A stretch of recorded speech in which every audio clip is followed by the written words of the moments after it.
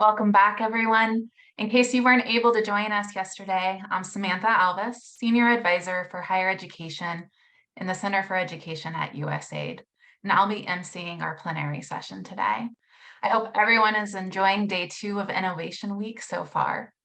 I want to remind you that we encourage you to actively use the chat box to comment and share throughout the program. Captioning is available, and you can access the captions by clicking on the CC button at the bottom of the screen.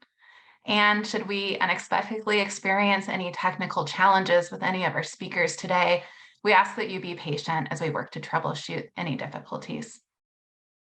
We have such a great panel discussion available just ahead of us. Assume Nothing, Catalyzing Innovation Ecosystems Through and With Higher Education. During the panel discussion, you will have an opportunity to pose questions to the panelists using the Slido tool. You can check out the chat for a link to that tool. Towards the end of the session, we'll ask you to upvote the questions that most appeal to you, and the most popular ones our moderator will pose to our panelists. With that, let's dive right into our plenary session. Let me tell you a little bit about our moderator, Dr. Ticora V. Jones. Dr. Jones is the agency chief scientist, acting director for the Innovation Technology and Research, or ITR Hub. And if that wasn't enough, she's also the managing director for research in the ITR Hub at USAID. In these roles, Dr. Jones manages research and development programs for the agency that work to build bridges between development professionals and higher education through a multidisciplinary lens.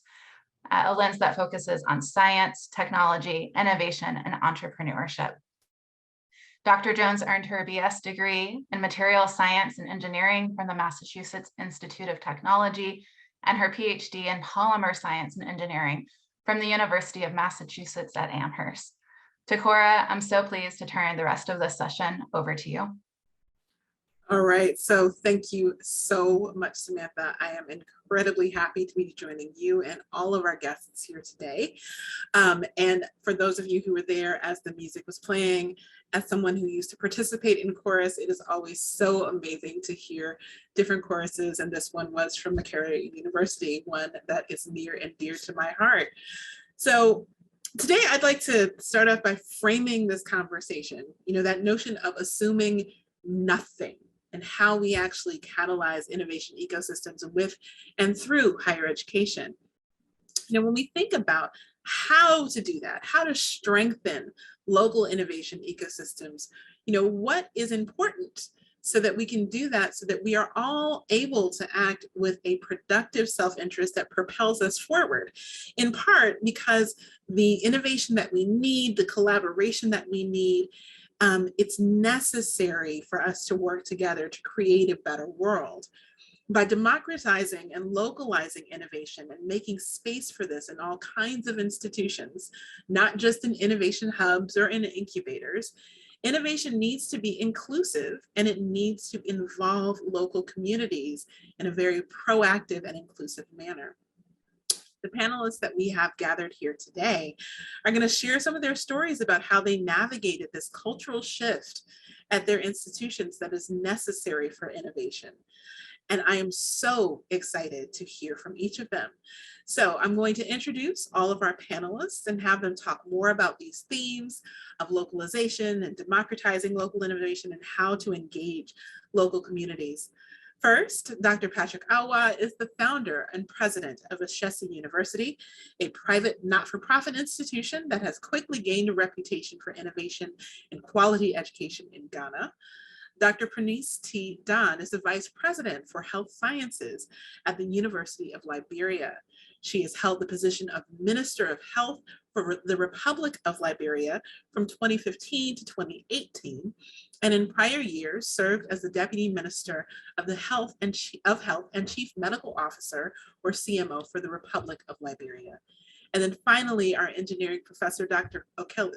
Dorothy Okello, is Dean of the School of Engineering at Makerere University and the Director of Innovation at the Resilient African Network, which seeks to identify, develop, and scale innovative solutions that strengthen the resilience of African communities. So I want to welcome each of our panelists. first Dr. Dahn, then Dr. Awuah, and Dr. Okello. And what I'd like for each of you to talk through within about 5 minutes to be able to share with our wonderful 76 and growing size community is, the elements of this story of innovation within your institution and what it means to start from the beginning. Where is this beginning? And where are you now as it relates to being able to catalyze these kinds of ecosystems and attitudes, behaviors, and actors? Where did you start? Where are you now? What kinds of partners did you find along the way as you built this effort? Were there particular stakeholders who you needed to engage in ways that help change their minds, for example? And what did you need to do to get out of your own way? Were there particular attitudes and beliefs that you needed to drop to make progress? And then finally, if there are ways that you are also incorporating within this story, how you learned and adapted. So we are so excited, as I said, to hear from each of you. And as a reminder, in the chat, the Slido tool will be there for you all to ask questions that I will moderate later. So Dr. Dahn first, thank you. Okay, good afternoon to everyone. In 2019, the University of Liberia College of Health Sciences had a number of international partners that they were working with on research activities. But almost all those research were designed outside of the country and was brought in to partner with the institution. We realized that there was a need for local leadership and to drive the local agenda for research.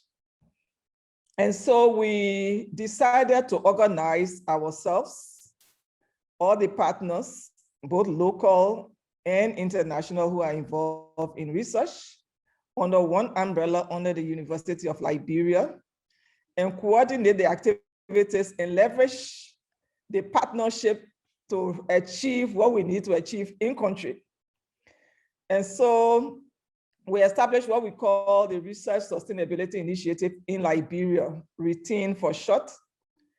And the objective for RETIN is to utilize a dynamic and innovative partnership model to develop, implement, and maintain an organization within the University of Liberia College of Health Sciences that will support sustainable, high-quality research across Liberia, and to also facilitate training and development of clinical researchers, provide grant management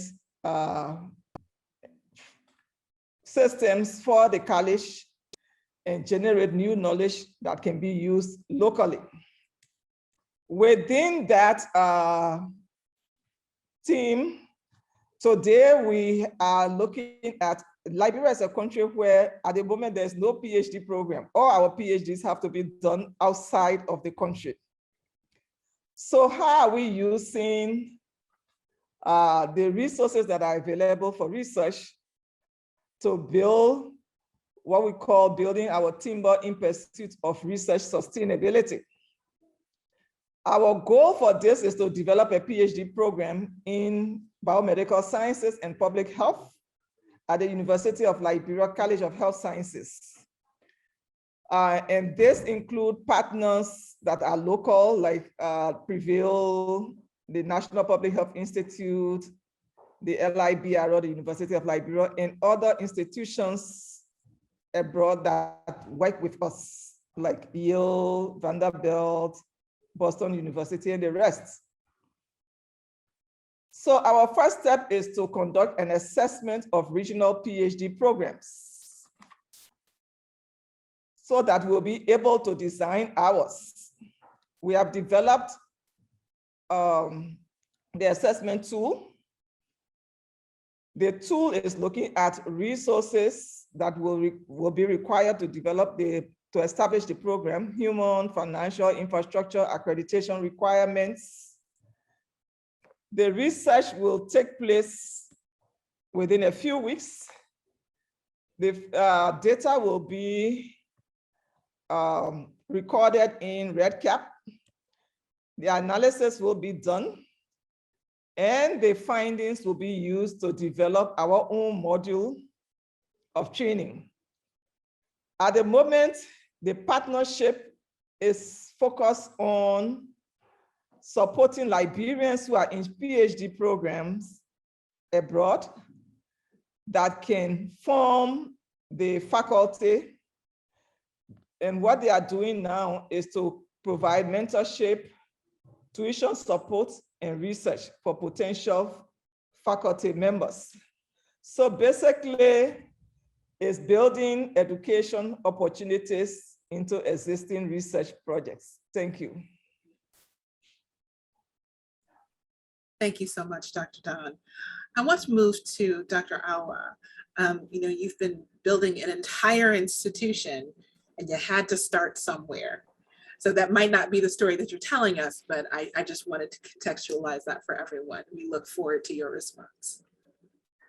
Well, actually, I will tell you that story. I was an engineer at Microsoft when I decided to return home to Ghana to set up a new university here, because I felt it was so critical that we change the way we do education in Ghana. And I was trying to bring some of what I'd learned at Swarthmore College back to my home country, things like critical thinking and problem solving, creativity. But I knew that I wasn't prepared yet. And so I went to business school, and that's really where I would say I started to gather my first partners. So, fellow students at UC Berkeley, the faculty at UC Berkeley's business school were very instrumental in helping me think through this project. And we came to Ghana and had focus groups with leaders in industry, in social sector, in government, even in the military, to ask them what, and in faith-based organizations, to ask them what we should do if we were going to start a new university in Ghana. We took all of that data as a content that would guide our work. And we did a feasibility study, developed a business plan, etc. So to answer your question about where it all began with just learning, just preparing myself and building that first group of people that would help me come and gather data in Ghana. The partners that helped me get this started, I had 25 professors and research scientists from UC Berkeley, University of Washington, Swarthmore College, and Microsoft working with me on curriculum design. I had graduate students in business and architecture helping with conceptual designs. We had, of course, the local partners, particularly in corporate Ghana, that were giving us important feedback on what we ought to do. And finally, I had to hire a team here in Ghana. So I started to hire people. I built an advisory board as well as a governing board in Ghana. And so I had this really big group of people that were working with me and envisioning this project. And then we got started. You asked about stakeholders that were very important to us. We had a donor community in the United States that was critical. And that donor community started actually from my former colleagues at Microsoft who had decided to contribute towards this project. We had a very important stakeholder in Ghana, or two very important stakeholders, the accreditation board and also the faculty of the established public universities. We had to convince the accreditation board to let us do something different than what was the status quo, was the norm in Ghana. And we approached that effort by sharing the data, just sharing that, look, we got this information from Ghana about what we should do. We got experts from the United States and from Ghana to help us craft the curriculum. It is different, but it bears certain similarities with what's done in top universities in the US, and also pays attention to some of the things that Ghana really cares about. And so it was a conversation that we had to have with them. And I also promised them that I was going to learn that if they let us try this and anything didn't work, we would change it, right? And then another stakeholder was professors of the public universities. They had great influence in the accreditation system. And what we did there was we tried to find allies from those universities, those for whom our mission resonated and our approach resonated, and brought them as close to us as we could, some of them serving as advisors.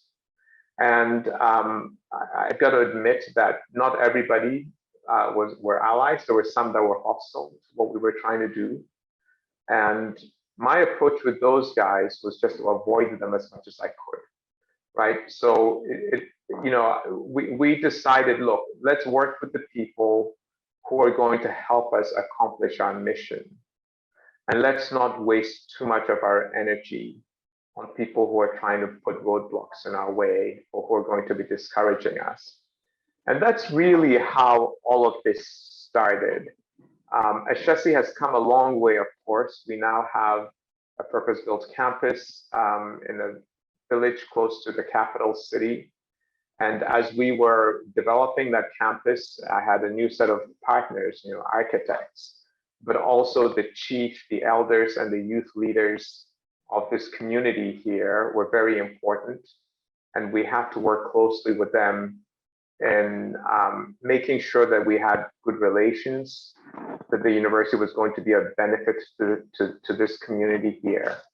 So a very big group of partners, allies, and there were some detractors, but we tried not to get too engaged with detractors, and just sort of had a very pro-positive approach to the work that we were doing. Thank you very much, Dr. Awuah. It is always interesting how many of us figure out that you have to go with the coalition of the willing, because otherwise you will find yourself on the roadside with no wheels at all. So finally, Dr. Okello, I know the Resilient Africa Network Innovation Lab story very well, but all of our other colleagues may not, and that may be the story you tell or a particular piece of that story. But I would love to hear your reflections on just kind of the narrative arc of where we find ourselves in partnership around the Resilient Africa Network. Thank you so much, Ticora. And it's been quite the journey. Resilient Africa Network, or RAN, is 10 years this year. We'll be celebrating. And I've been struggling, to be honest, on how do I condense everything into 5 minutes, but I'll give it my best shot. We are a network. And it's interesting listening to Dr. Dahn. We started also from the College of Health Sciences. It had strong networks and linkages to other universities. And in 2012, they all came together. I wasn't part of the story then. They all came together with the belief that they could work around common themes across Africa and first of all, build credible evidence in terms of what were the challenges and problems on their ground affecting the resilience of African communities, and armed with that information, and then moving to solve these problems through building a vibrant innovation ecosystem.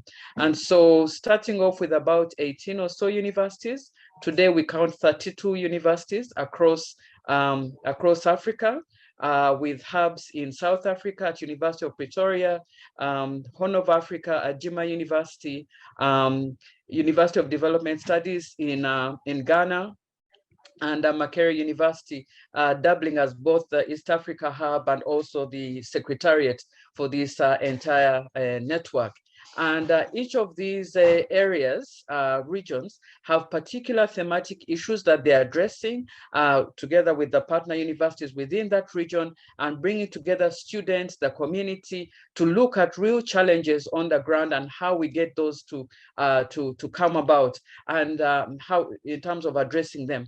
And central to what we do in addition to the initial research for 2 years, 2012 to 2014, there was enough extensive work done on the communities to really understand what are the problems on the ground. And then we had a process that we call the intervention strategy workshop, where together with experts and members of the community, try to figure out what are the priority pathways forward in terms of addressing these challenges, and then how do we get to solve them. So 2014 is where my journey with RUN begins, because as we like to think at the College of Engineering, we're the home of innovation. But what we also want to do with RUN is to take away the phrase that innovation is equal to engineering and engineering is equal to innovation. And that's one of the biggest strengths we bring as RUN, that because we are a multidisciplinary team, yes, we as the engineers may think we are the home of innovation, but we cannot do it alone. And so that brings me to the kind of partners that we needed.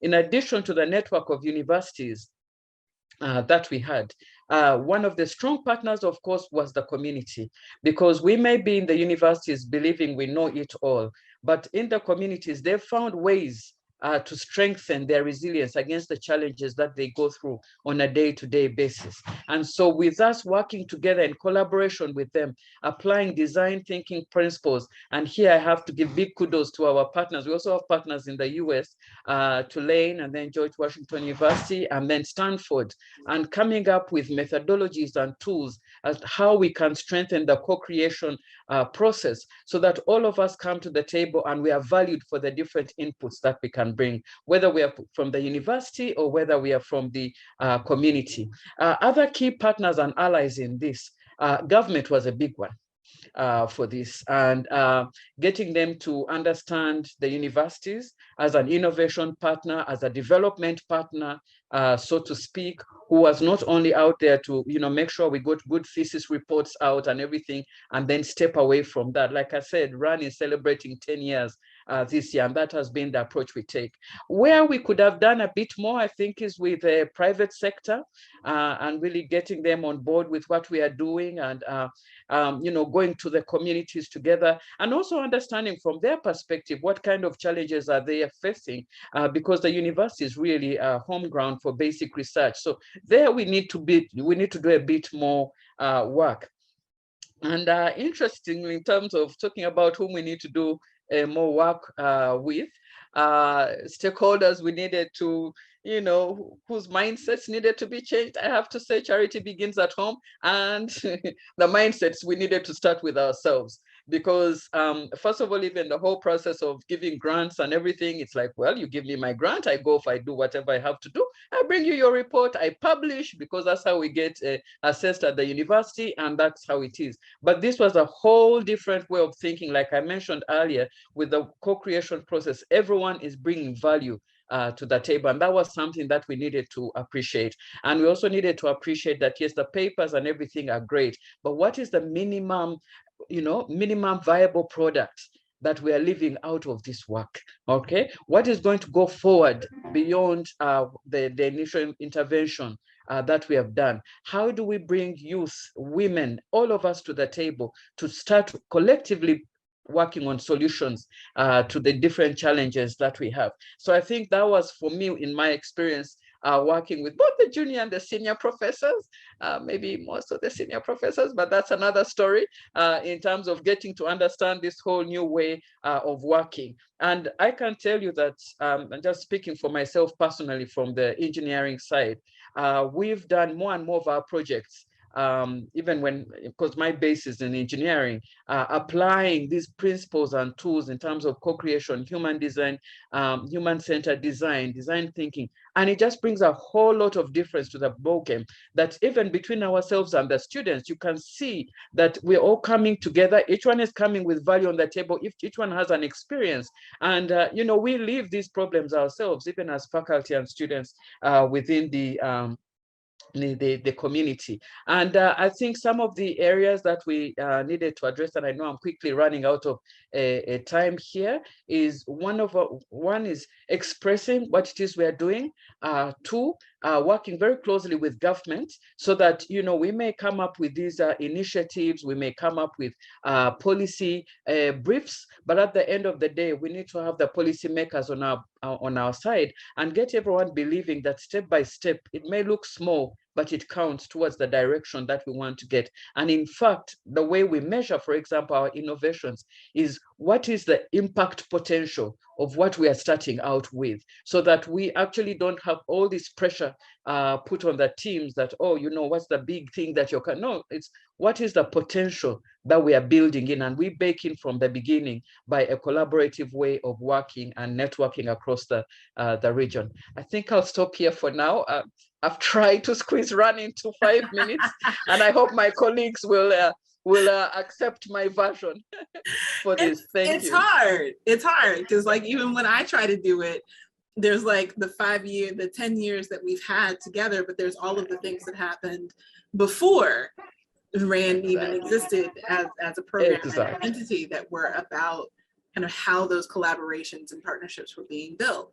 So I have one question that I would like each of you all to tackle just very quickly in terms of how you get people to think about innovation that isn't purely thinking about it as a mobile device or some other computer science enabled thing. Because I think what may have been true 5, 7, 10 years ago in terms of incubators and things that may have been proliferating across the continent of Africa was that incubator spaces that were all about computer science and like maybe this other stuff, but like how did you get people to actually think in a more integrated and cross-sectoral way? What did it take? So Dr. Awuah, I'm going to start with you and then go to Dr. Dahn and then Dr. Okello. So what did it take? Who did you have to convince? And was it a cultural shift that happened like from the students up or from the top down, whether that's government or leadership? What did it take? Well, innovation is something that is part of Ashesi's mission. We talk about it a lot in our mission statement. And it's something that we try to infuse into the fabric of the university, right? So even our curriculum, you know, the design of our curriculum was a process of innovation. It was and that innovation was sort of identifying a problem and taking different perspectives, getting input from different perspectives to figure out how to solve that problem. I think maybe one way that I could share how this is done here, especially with our students, I think, would be helpful. So at Ashesi, every student takes a course in design thinking and entrepreneurship in their first year. And the first activity they do in that design course is they do what we call a problem festival, right? So this is a festival of not solutions, right? It's a festival of asking students go out into the community and identify problems that are worth solving. And then fully describe those problems, understand the problems, understand the root causes, and do a poster to present to your peers and to the rest of the university about this problem that you've discovered. Right? So take apart a problem. And then they go through a process of thinking about this, going through design thinking and user-centered design and all of that. And then coming up with a solution to the problems that they've identified. Some of those problems or solutions are then selected to be executed as businesses, enterprises on campus. With teams of students running those enterprises. Now, as you can imagine, when you do something like this with first-year students, you're not going to get solutions that are a mobile app necessarily, right? They've not done a lot of computer programming yet, but you will get really incredible sort of innovative ideas to address pertinent problems that are affecting people in the community that they see. And the second thing about innovation is sort of you get the best innovations when you have a diversity of perspectives and a diversity of thought put to bear on this thing that you've imagined. And so really being very intentional about fostering a collaborative spirit, fostering a spirit of inclusion on campus, having students from many different backgrounds and perspectives be present. Even a simple thing like making sure that you have gender balance is so critically important, because you might look at the same problem and the women on the team see the solutions differently than the men on the team. And if you had only women on the team coming up with a solution, you might not come up with an optimal one. If you had only men on the team, you might not have an optimal one. So this is how we've approached it, is taking sort of a problem-solving approach to innovation. Now, there's a danger in this approach, by the way, which is, you get people so focused on problems. You might discourage or disable people from just dreaming about things that are not necessarily rooted in problems. You might discourage people from building toys, right? You think about it, Facebook was a toy when it started. In fact, even Twitter was probably a toy when it started. And so we also need to have, as we're doing this problem-based approach, make sure that we're not stopping people from just dreaming about things. And if they have an idea, say, look, that's great. Go execute that idea. Try to build something. Design something that is solving, that is, it's not necessarily a problem. It's sort of making life better for people, or making life more fun for people. That's okay as well. So that's the approach that we've taken with this question of innovation.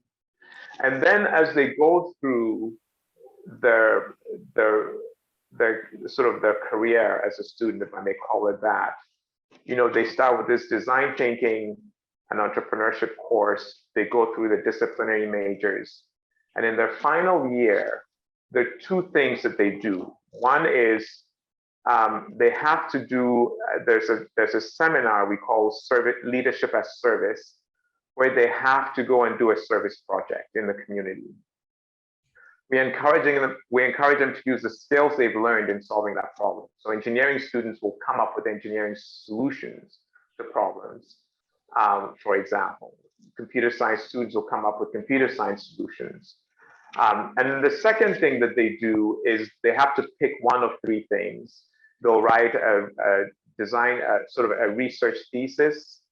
They'll do an entrepreneurship project, or they'll just do a senior design project that is not necessarily rooted in a problem they've seen in community. So that's where you're sort of encouraging them to go dream beyond, problems that they've seen and come up with something interesting and fun, right? So this is how we deal with it. Thank you, Dr. Awuah. Dr. Dahn. Okay, thank you. For us, sustainability is what drove the change significantly. During the Ebola outbreak, the Liberian government worked with the US government to establish what we call Prevail. So we worked together on research on Ebola vaccines. And that partnership have done more than 10 researches now since it was established. And the way it was established, the NIH provides a lot of support to the Liberian government to be able to do the research. And we have seen very good results out of that. And it has been our worry today, if the NIH should withdraw, how are we going to continue the kind of research, clinical research that is ongoing? So our first step was to engage the NIH to discuss sustainability. And then we put on the table all the other different research grants, especially from the US. We had, for instance, the PEER grant that the University of Liberia had a portion, Vanderbilt had a portion, and Boston University had a portion, and we were doing different things. And we decided these activities should be able to complement one another, and we should get maximum benefits out of it. And so that's how we decided we should organize ourselves under one umbrella so we can work collaboratively. Then we had the opportunity to apply for the Bridge U grant. And by that time, we had worked together with the medical school on what we want. We wanted to reform the entire medical education in country. So curriculum, faculty development. And so we had an assessment done jointly, and then we developed a strategic plan jointly. And so we took the activities from there and built them into the Bridge U proposal in a way that we think will continue our work and will sustain the work. Then someone mentioned co-creation. During the process of the Bridge U, we also went through the co-creation process, and I think it was a very good learning experience because the USAID team was very particular about how we'll sustain the activities beyond the grant. So that was an additional emphasis on the work we do together and how we will continue it beyond the grant. So we will work together with the team, our team together, the retain team, especially University of Vanderbilt and Yale University, plus the Washington team to discuss in details how we're going to sustain each activity within the project. So we together implementing that project. And for every time we have regular meetings, we also bring back the sustainability issue for each activity and how we are addressing them. So that has helped us a lot in getting people to think differently and how we can position our things differently. Some of the trainings we decided was, instead of, take for instance, the initial projects we had, there were a lot of research trainings in them, but it was like a team will come from the US, one of the universities, do the training and go back, do the training and go back. And in our strategic plan, we said, no, we will establish a center for teaching, learning, and innovation. And we'll pull everybody training through that, and we'll have to adapt them to our situation. And we are doing some of those now, because we want the trainings to be sustainable, and we want them adapted to our situation, and we provide the leadership so that at the end of it, we'll be able to continue. So that's how we went about it. Thank you. Thank you, Dr. Dahn. And it's so amazing, you know, just the ways in which we within USAID have continued to cultivate the kinds of partnerships that ask those questions about, like, okay, we're not here forever, and you know, priorities change, leadership changes, all of these things change for us. And so how do we create a foundation as we're working with entities that are cultivating their local talent and cultivating their local actions? How do we create a foundation that supports the questions of sustainability up front? So thank you so much for your able participation in all of that work around our newest, one of our newest sets of activities, the Bridge Awards.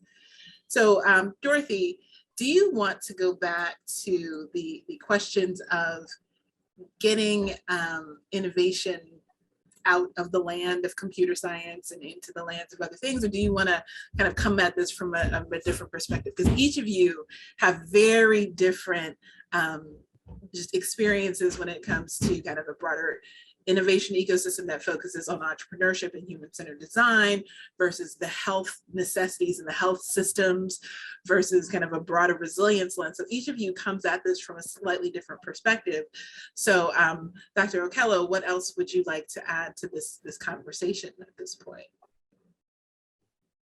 Yeah, that's a really good question on our side, and I'll talk about it, how we change the narrative around what innovation is. I think because the first thing in RAN is the whole idea about what is the problem, and I think that has also been shared by the other panelists. What problem are we solving, right? What problem are we solving? And in that also, how has the community or the target community already started working towards resolving that challenge in order to build their own resilience? So that is the first thing before you come with any of your own ideas, solutions, or engineering to attack the problem. So we first acknowledge and recognize what the community itself is doing. So we do have what we call the RAN resilience framework, and it has these 4 steps. So first we understand what are the shocks and stresses or the challenges addressing this community, and then understanding what makes the people and systems are facing that problem stronger, even in spite of that problem. So it comes from understanding how they get actually to address this challenge. And then next we look at what then would be the dimensions for measuring resilience. So we haven't started talking engineering or innovation yet. So the focus first is really on the problem and try to see what it takes to get it done. And so that's why the last part then is the intervention strategy workshop, where we bring the experts, the techies, and everyone in that space. So by that time, you've really gone through a cycle where the framework encourages you to first focus on what issue it is that we are going to address, and it brings in all the different stakeholders of this community. It's a small group for the strategy workshops. It's 25 to 30 people, so you are small enough. You can really look at what are the levers in the system, what makes things work, what brings things down, how are people coping positively and negatively, right? And so taking a very systematic approach at looking at the problem. Then you come to the solution part. And I think that type of strategy really helps you, first of all, accept, where you fit within this bigger picture. But even then, once we go to the innovation part, which will usually be either a call, and I've seen someone asking whether we did something around COVID. Yeah, so there will be different types of calls that we put out.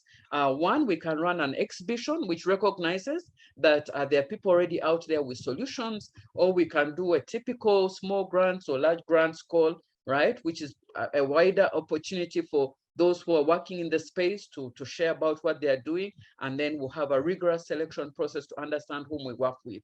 But however it is that we identify the teams that have potential solutions to the challenge at hand, again, the first step is a needs finding.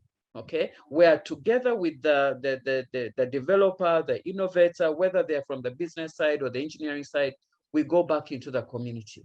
All right, and get to understand from now the side of the innovator who's come with all these type of solutions. What could work? What may not work? What would they like about this?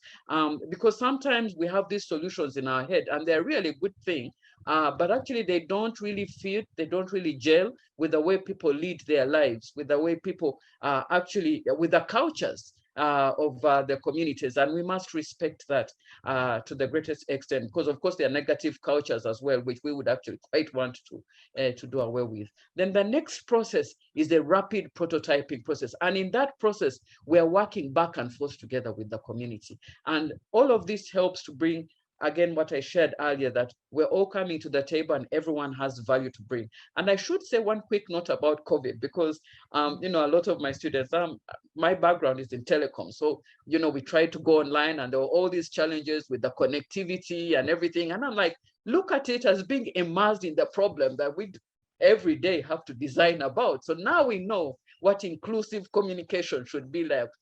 Now we know, and we're living it because they had to do the exams and everything online.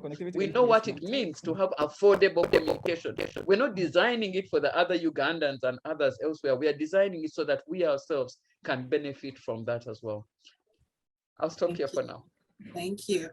All right, so we are going to open up for questions from the audience. I am going to take the privilege of asking one that is already here, but we have put the actual app to be able to put questions in and allow people to ask as well. So some of those have already been loaded, but I'm going to take the privilege of asking Tay Ejeta's question. How did you feel community fatigue while collecting problems from communities in repeated times? And I think each of you has dealt with different versions of community. And so, you know, Dr. Awuah, you're sending out these freshmen. Like, their frontal lobes are still developing. They're still developing how to ask questions and engage with people, all of those other things. And there can be this notion of, all right, y'all were here last year. What do you want? So how exactly do you find ways of continuing to build productively on community engagement, if that is possible? And how do you possibly or potentially negate community fatigue? Because now we're not just talking about your students that are going out. You're talking about well-intentioned students from all over the world, and the NGOs, and this, and that. So that was a very loaded way of asking that question. I'm sorry, but you giggled for me, so good. Yeah, it's a very good question, and in fact, we initially got it wrong because we got exactly that feedback. You keep asking us the same questions every year. What's this all about? And so obviously we had to do something different. So first of all, you've got to get students to not only focus on one community, but to be able to go out to multiple places. And the second thing is, you know, there may be a problem that another group of students started to tackle the year before, a couple of years earlier. And so you can look at those and figure out what were they not able to achieve, what remains of the problem to be solved, right? So having some continuity so that communities see that there's progress happening really helps with that. And then finally, you know, the problems don't all have to come from the local community or even multiple local communities. It can come from industry. So you could go talk with people in business about what challenges their businesses are facing.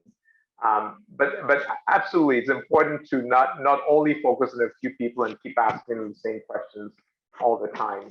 I must admit that we made that mistake early years before we got it right. And it is hard, especially when you have very enthusiastic individuals who are ready to go forth and conquer the world. And you're like, but the world doesn't need to be conquered. The world needs to be supported.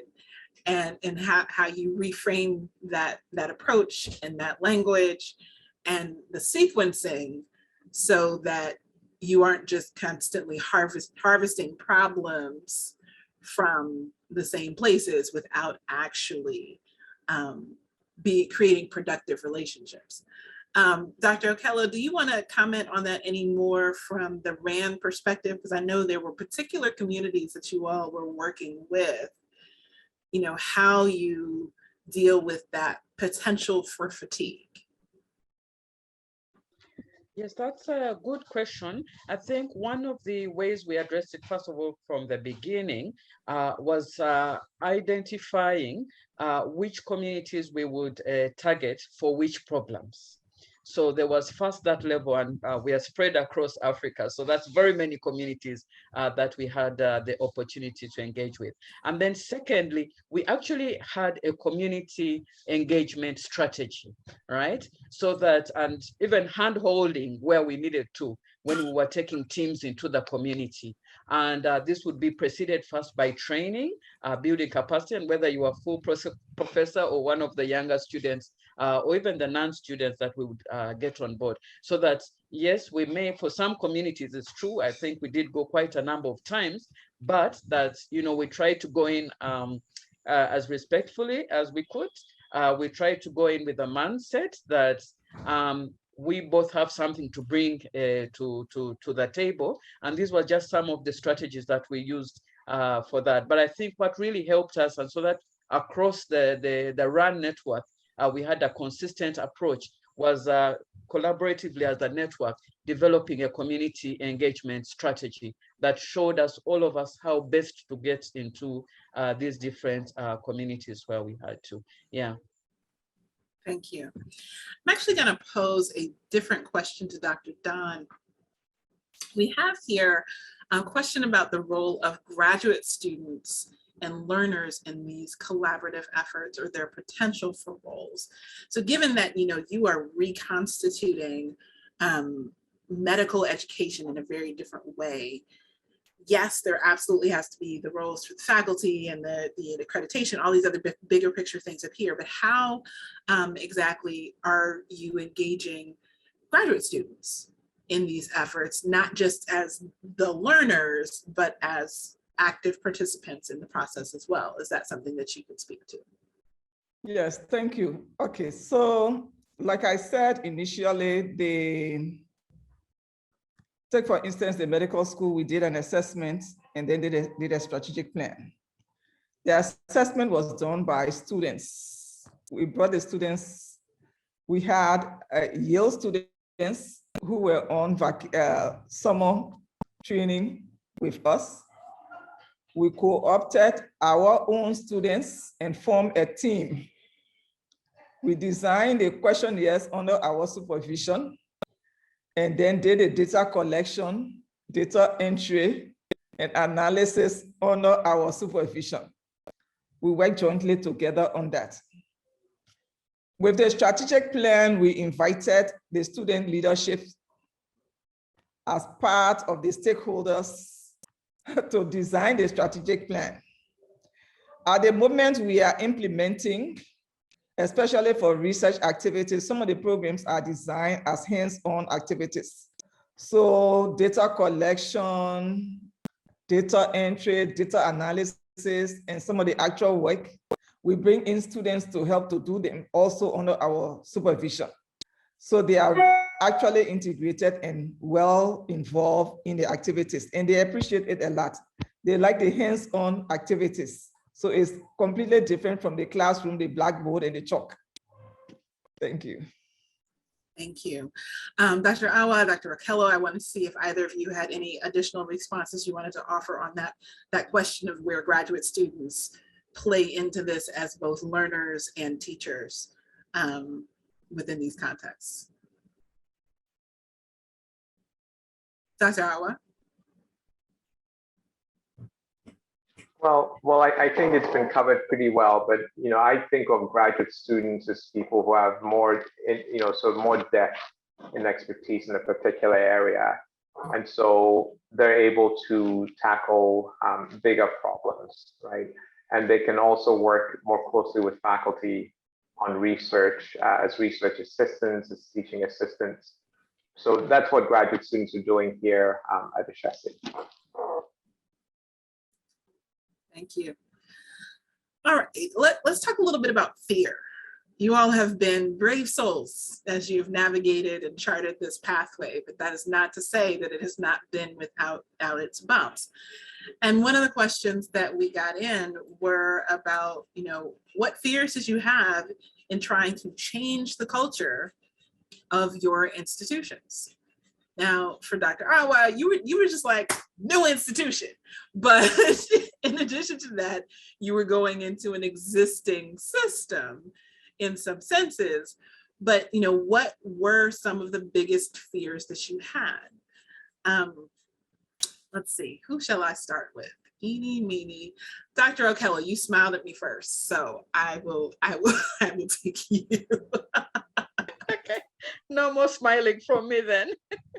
Yeah, I think in our case, one of the biggest challenges was getting people to appreciate the framework that we had in place and the process, very deliberate process that we wanted to go through as the university, and having this harmonized across the network. I mentioned we're now 32 universities as part of this network, so that we get this whole bit moving. But I have to say, if I can speak from the experience of Makerere, one of our greatest opportunities was that the Vice Chancellor was actually the patron of Resilient Africa Network.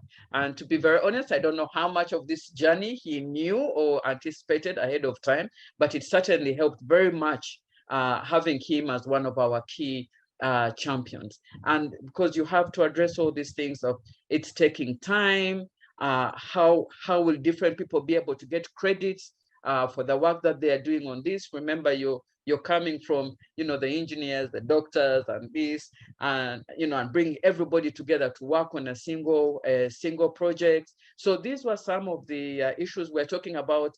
We're not, if you come out with a paper, that's really good, but a policy brief, even better, a minimum viable product, even better, and we've not talked about the publication in the journals by which we get assessed on. So there was quite a bit of that from across the universities, but once you saw in the communities how you would sit one-on-one and you're engaging and everything, I think for many people that was a big turnaround for any fears that they may have had, and the ownership, and like I mentioned earlier, having this community engagement strategy so that it was clear that there was a well thought out process of how we're going to engage. So whether you had experience about this or not, there was that hand holding and guidance on how best to go about this.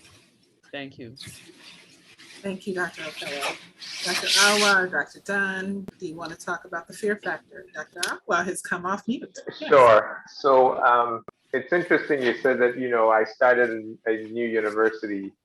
And let me first say that fear evolves, right? And at the very beginning, the thing that I was most afraid of was a fear of failure. I'm going to quit Microsoft, go set up a university in Ghana, and then it might fail, and I'd have wasted my time.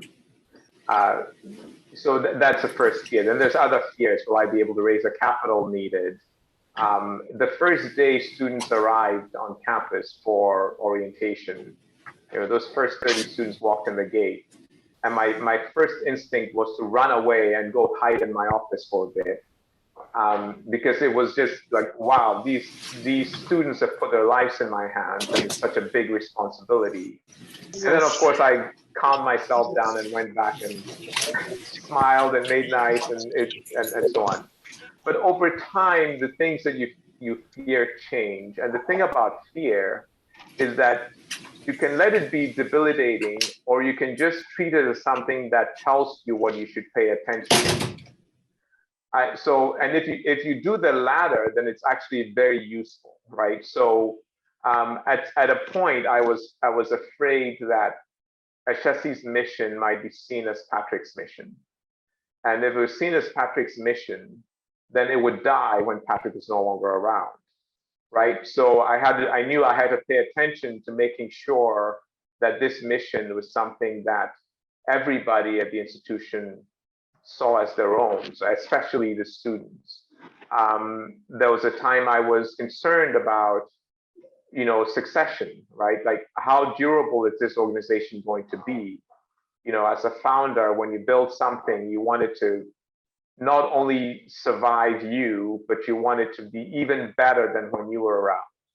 And so we're now we just turned 20 this year, but 10 years ago, we started succession planning at Ashesi University.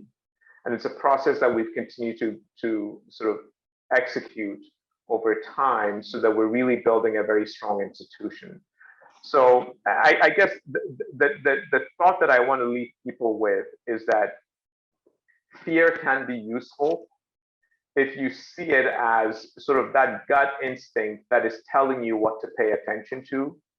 It can be very helpful as a leader. But fear can be damaging if you let it completely overwhelm you. And you certainly shouldn't be making fear-based decisions, right? You should just use it as sort of this litmus test of something to pay attention to. And then you've got to be calm and actually execute, plan and execute to avoid the danger that fear is presenting to you. That was fantastic. Thank you. If anyone else needed that sermon about fear, That was wonderful. Thank you.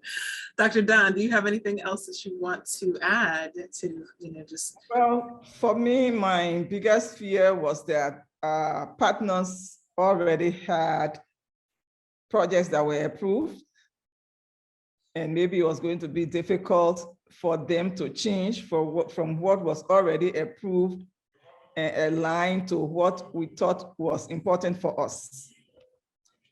But I've also had that experience in the health sector. And so I know that there was a time that once we had our strategic plans and policy, and we asked partners to align, USAID called all their implementing partners together to see how they could align to the government's vision. So from that experience, that's why I stepped out to NIH, because I felt it's the US government support and they will see it in that light. And most of the partners that were in country had US support. And so it was easier for NIH to contact and network with them to see how we can come together as a team and actually support the country's priorities. And that worked well. Using the resources available to us to get things to line up. Yeah. Okay. So I believe we've had another 14 minutes or so. Oh, nope. I was just told about 10. I'm going to troll through the questions that I've got here. I think this is more of a nitty-gritty question about kind of how you continue to build evidence and learning and evolve as organizations. So, Patrick Ashesi has been around for 20 years. Rana's been around for 10.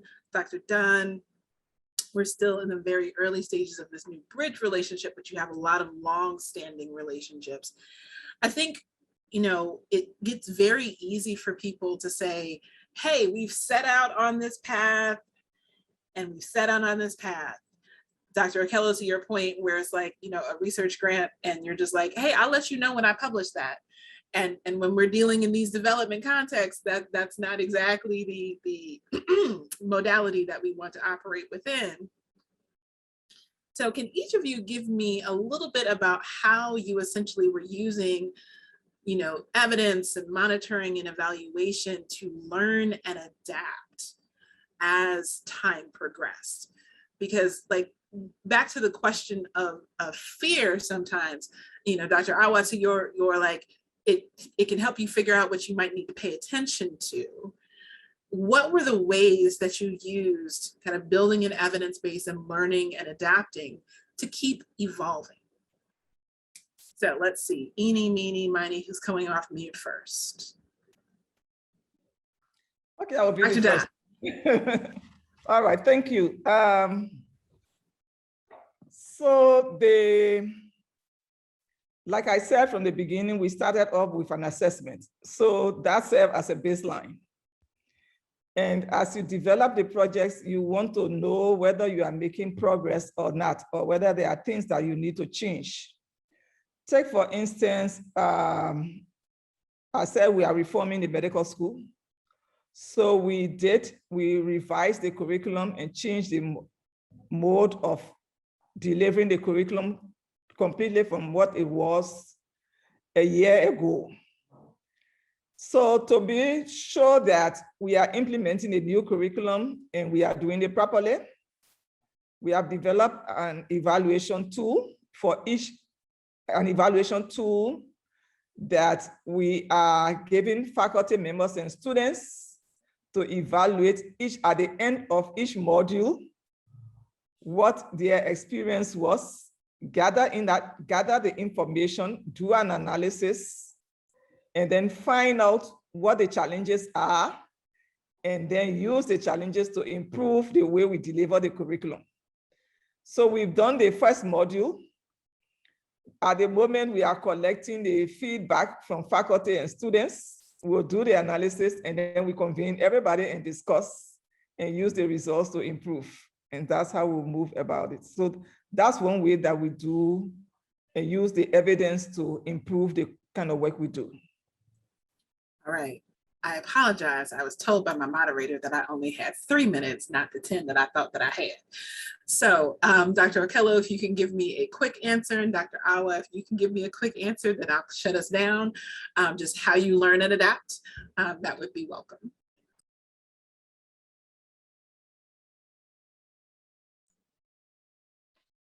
Okay, I can start.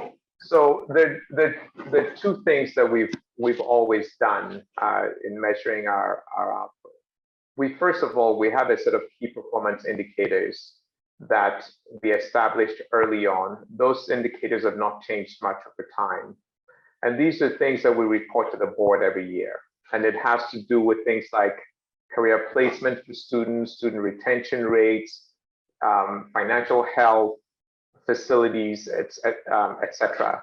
And then we have another set we call 8 learning goals for our students. So the faculty got together and said, and we answered the question, what are the attributes and capabilities that we want every Ashesi graduate to have when they graduate? So things like ethical reasoning, critical thinking, being able to function in teams, etc. We wrote those things down. And those we measure every year by going to corporate Ghana and asking them to rate our students on a scale from 0 to 100 on each of those 8 things. So that's third parties telling us how we're doing versus the goals that we set for ourselves. There's a third set which has to do with, commitments to the accreditation authority. So regulatory statutory requirements that we track, so compliance. So we do those 3 things, and we've always done that from day one.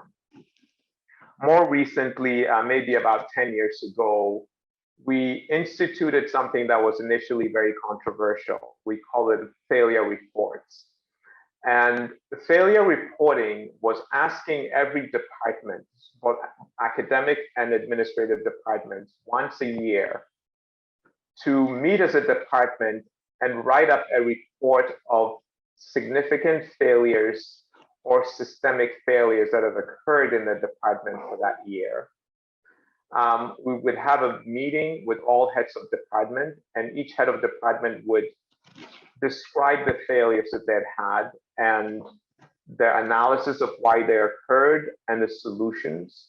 And they would also get feedback from their colleagues about how to address these failures moving forward. So it actually helped even with collaboration between departments. And that was initially controversial because people thought, we were asking them to focus on the negative, but it turned out to be a very positive thing because we were asking departments, you can't go talk about other departments' failures, it has to be your own. And you can ask other departments what they think your failures are and all of that, but you can't go volunteer to others what you think their failures are.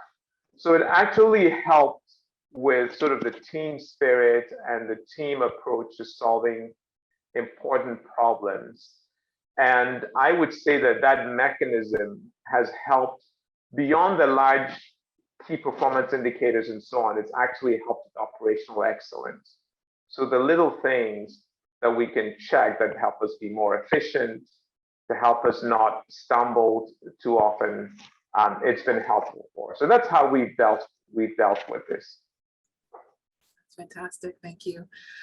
Okay, Dorothy, do you have a quick how we learn and adapt? I think I'm about to get yanked, but yes, I guess so. I'll try to be quick. Number one, and I think was also shared by Patrick, the whole idea that failure is not a bad thing, it's a learning thing, is how you look at it. And then each year we had an annual partners forum that brought all the members of the network together, and we assessed ourselves, we critiqued ourselves, what worked, what didn't work, what should we do better. And this was also fed in from the level of the regions themselves in terms of going through a similar process. So in the short time that we have, I just want to add that to the other strategies that have been already laid forward. Thank you. Thank you. This has just been such an amazing conversation. I really, really wish we were all in person. These are the things that I miss about getting on a plane. But the fact that we can still all gather here despite the time zones and share this knowledge about all the assumptions that we did not make as you all are individually catalyzing such powerful organizations for your communities and for our world. I'm just so incredibly thankful to each of you for the time that you took here. Thankful to my team for the preparatory work that they did to help get us here. Just thank you, thank you, thank you, thank you, thank you. I love this conversation. All right, I'm looking to my overlords to make sure I have done everything that I needed to do. Samantha is back. Yes, I'm back. Thank you so much, Dr. Jones and our panelists. Yeah, folks might have noted that we've ran a little bit past time, so it was too good of a conversation for us to stop it. I know that I learned so much hearing about your stories of organizational change. Change is hard, but we also know that it's a constant, and so is fear. So thank you, everyone, for your fantastic questions and lively conversation. And we so appreciate your participation in the summit today. Thank you, everyone. Thank you. Thank you, everyone.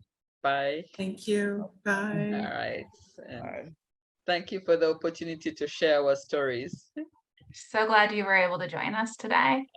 Thank you. So as we close out our day today, as well as the first week of the summit, I think this is a good time to remind ourselves about what we set out to accomplish this week. And that was to address a specific question from the USAID Higher Education Learning Agenda. Specifically, question 6, how can higher education systems and higher education institutions play a more active role in the development and strengthening of national and regional innovation ecosystems? And you might note that we say address our higher education learning agenda questions, not answer. We know that these are questions that don't have a single answer, and different conditions and contexts may lead to or require different solutions. And through our higher education learning agenda resources, we hope to provide resources and tools that you can adapt to your local contexts and needs. So we ask, please continue to add your resources to the resource palooza that we opened earlier today on Awuah. And speaking of resources, recently the Center for Education, thanks to the hard work of 3 virtual student federal service interns, released an evidence primer that provides an overview of conceptual frameworks and insight into the evidence base to support question 6. A link to that primer is now available in the chat. I hope that you'll take a look. And as Jennifer mentioned yesterday, we'll close each day of the summit with a reflection and youth response to the day's programming. Today, we have a formidable and entrepreneurial young person to deliver the youth response. Kabelo Mahalabwani is an award-winning innovator, educator, and social entrepreneur from South Africa. He's a former primary school teacher who founded the Marking app, a data-free mobile and web application that automatically marks school assessments and gives learners access to immediate feedback, online support, and study resources. He was recently appointed the managing director of the Thuli Madonsela Foundation, a democracy, literacy, and training organization, among many other accomplishments. Kabelo holds a Bachelor of Education degree from the University of Pretoria. Kabelo, I'm so happy to welcome you to the summit today. The floor is yours. Thank you very much, Samantha. So until I had to resign in December 2021, I was a primary school teacher and a unionist in South Africa. And this is where I observed how colleagues were always depressed, demotivated, and experienced burnout that was as a result of the administrative duties that they had to do on a daily basis. These duties actually overshadowed the actual teaching and learning that was core. What was very surprising for me is that we now had to experience poor education outcomes each year. I mean, the Department of Basic Education in 2020 released the report saying that over 70% of teachers in South Africa admitted that they experience stress and burnout that is as a result of this administration, whereas about 60% said it was marking specifically. Now, because of that, and as inspired by the agency that was created by COVID-19, I decided to look at already existing educational technology that could help us solve the problem. But what I found out was that all existing educational technology platforms require that each learner at least owns a smart device. That was impossible for Africa, as we found out when we were doing our study that over 80% of school-going children across the continent did not have access to smart devices. That meant that they could not benefit on what was already existing on the market. And I think it speaks to what was mentioned earlier on having local solutions for local problems. So I decided to come up with a solution for this. And the solution today is called the Marking App, as you have mentioned in your introduction. The app actually reduces teachers' marking time with up to 90%, because an assessment that would take a teacher about 5 minutes to grade now takes this app only 30 seconds. But here's the thing, being a 4-year education graduate from the University of Pretoria, it only took me a 4-week course by the Trevor Noah Foundation in partnership with Yali Southern Africa for me to realize that all the frustrations I had experienced as a teacher could simply be resolved by entrepreneurship. There is no doubt that the critical and strategic thinking capacity that I have was nurtured by the same institution. And I believe that this is an opportunity that many more young people deserve. But now there are 2 points that I think I want to take away from this brief story that I just shared with you. First is that entrepreneurship and leadership on its own and in their respective rights are skills that needs to be nurtured. And we need to nurture these skills in order for us to succeed as a world, really, if we want to succeed. But secondly, the challenges that are faced by the world today are new. And as new as they are, they need new solutions, because the already existing solutions might not actually be able to resolve these challenges. I believe that higher education has a role to play here, because this leaves these institutions with an opportunity to partner with the private sector as well as government to ensure that they source finances and mentorship and training as well for entrepreneurs or young innovators like myself.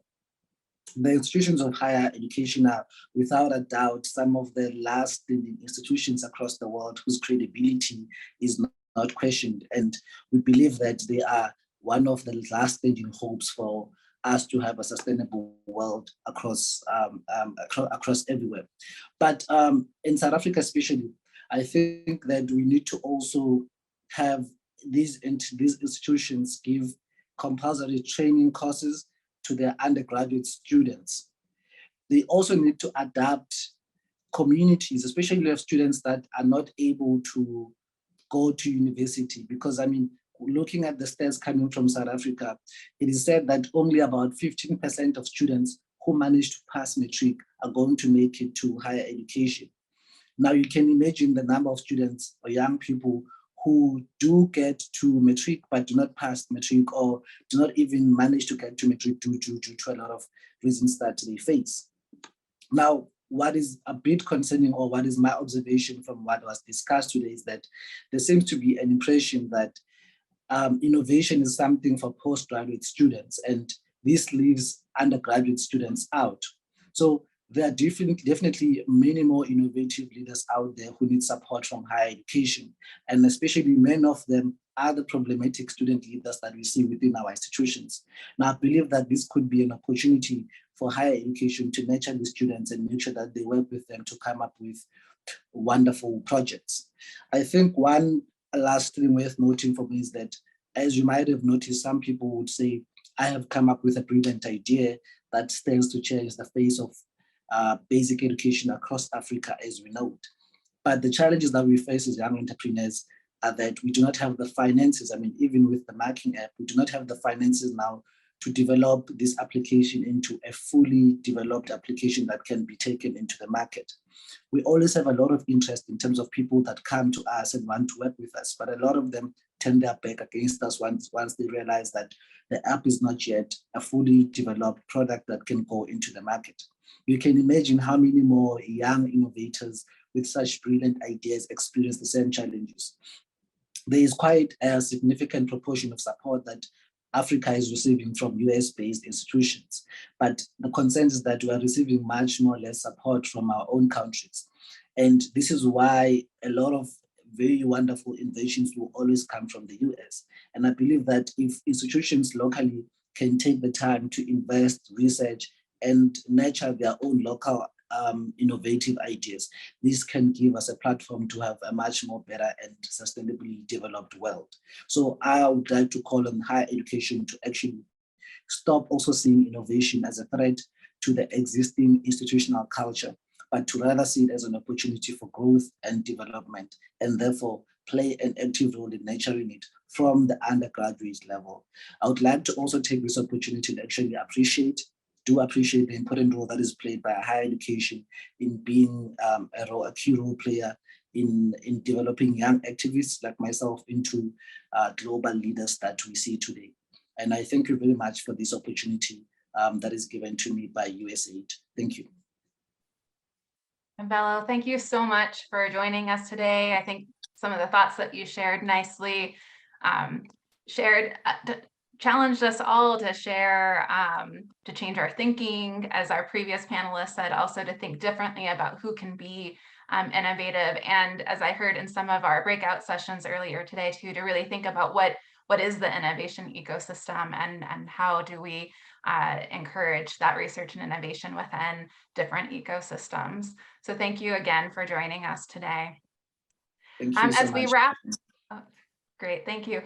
As we wrap up our day together, I'd like to turn this over to you, our audience, to help us further synthesize our learning for the day. I encourage you to share in 5 words or less on a Slido that'll be pasted in the chat right now. What's your big takeaway from this week focused on innovation? You've seen the Slido tool used throughout our program today, so please go ahead, click on the link in the chat and share your thoughts. And again, we're asking you to do that in 5 words or less. I know today is a difficult day to capture in 5 words or less. Please go ahead and give it a try.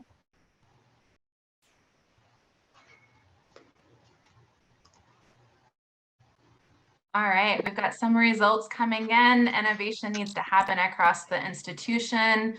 Absolutely, I think we heard that loud and clear in our panel and our earlier session, as well as the power of youth to affect change.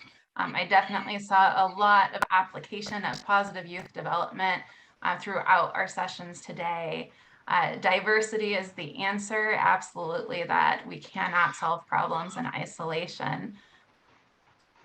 Well, thank you all. Please feel free to continue to share your takeaways here in the Slido as our day starts to wrap up. Thank you for joining today and contributing to our first week of this summit. Our day will continue with networking sessions immediately following this plenary. Please use the HEGES platform to find networking meetups based on regions or start one of your own to connect with colleagues. The 2022 USAID Higher Education Global Evidence Summit will resume next week on Tuesday, May 10th, with our opening keynote by USAID Administrator Samantha Power. Until then, take care, explore the HEGES app with all of the resources and opportunities to connect, and we'll see you on Tuesday. Have a great rest of your day.